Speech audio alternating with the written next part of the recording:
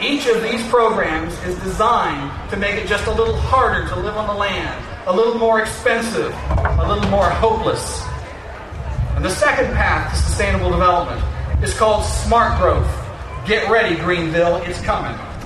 After they herd you into the city and tell you they have more plans for you in a regimented and dense urban community, they put a line around the city and tell you no growth can take place outside that line. Urban sprawl, they say disdainfully. They refuse to build more roads as a ploy to get you out of your car and into public transportation, restricting mobility.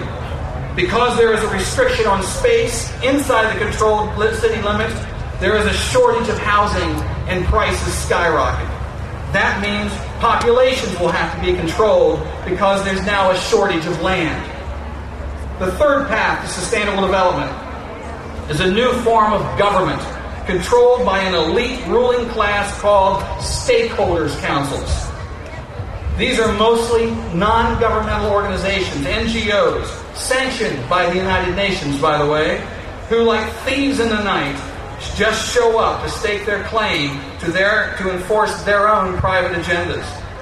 The councils are unelected, but all-powerful. They are controlled by a small minority with powerful international connections. These councils fit almost perfectly the definition of a state Soviet, a system of councils that report to an apex council and then implement a predetermined outcome.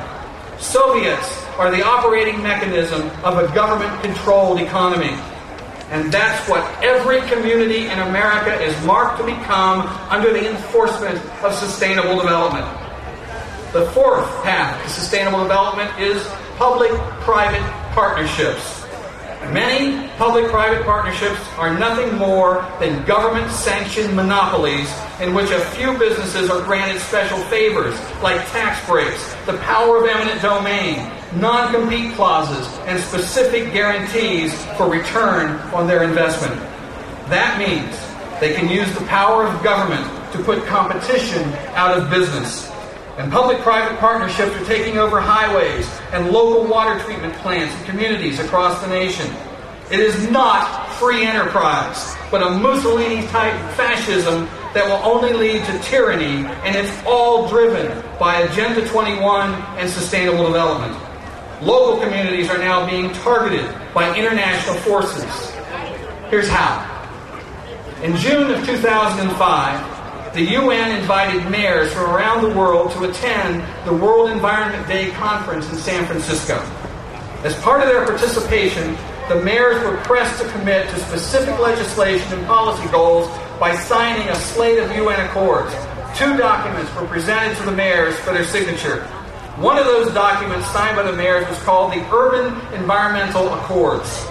One of the most egregious action items offered in that document dealt with the reduction and control of water consumption. The UN document began by stating, quote, cities with potable water consumption greater than 100 liters per capita per day will adopt and implement policies to reduce consumption by 10% by 2005, end quote.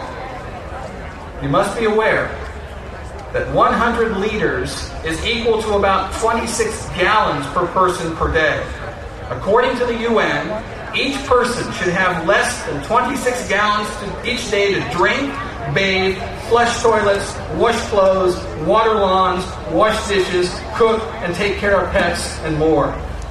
But according to the U.S. Geological Survey, Americans actually need 100 gallons per day to perform these basic life functions. The use of the 100 liters number versus 100 gallons is a direct attempt to mislead and actually cut your water use by 75%. Other items dictated that the mayors would ban, tax, regulate, and control valuable items, industries necessary to provide the tools we need to maintain our society and our standard of living. Many Americans ask how dangerous international policies like this can suddenly turn up in a state and local government, all seemingly uniform in their communities across the nation and around the globe. The answer? Meet ICLEI, a nonprofit private foundation developed to help your mayor implement sustainable development. Originally known as the International Council for Local Environmental Initiatives, ICLEI, today the group simply calls itself ICLEI Local Governments for Sustainability. In 1992, ICLEI was one of the groups instrumental in creating Agenda 21. The group's mission now is to push local communities to implement Agenda 21 policy that restructures our representative form of government through a global and non-elected regional government. And of course, ICLEI uses global warming and environmental protection as the excuse. I have a list of 544 American cities in which ICLEI is being paid dues from your tax dollars from city councils to implement and enforce sustainable development. Here in South Carolina, these communities include Charleston, Columbia, Spartanburg, Sumter, and Greenville.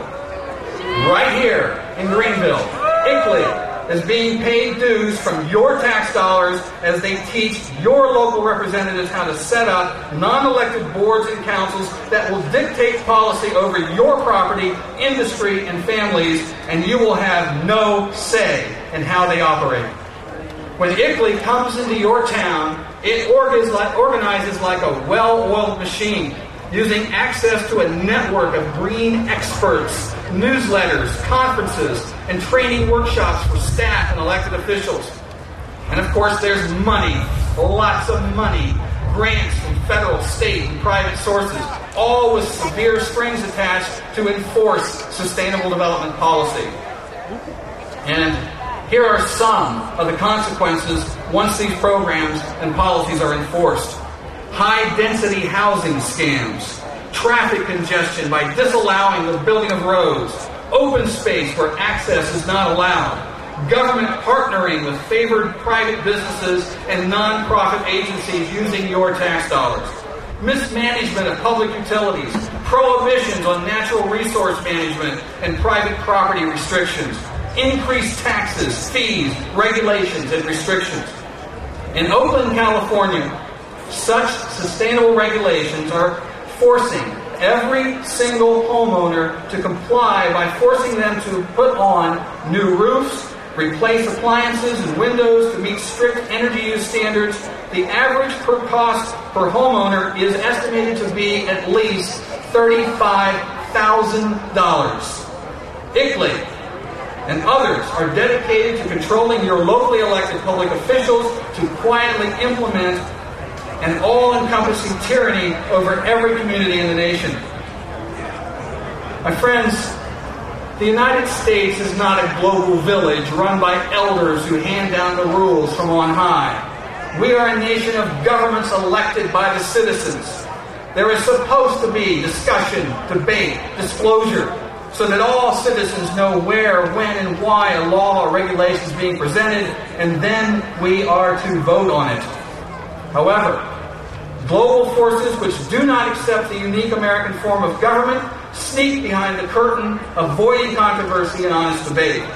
The only possible result can be the tyranny of a powerless electorate stripped of their rights, property, and self-determination. Mayors across the nation must be clued in to the fact that ICLEI and its ilk are not their friends, rather the purveyors of a self-made crisis hysteria using fear rather than truth to impose their agenda of top-down control, sustainable development.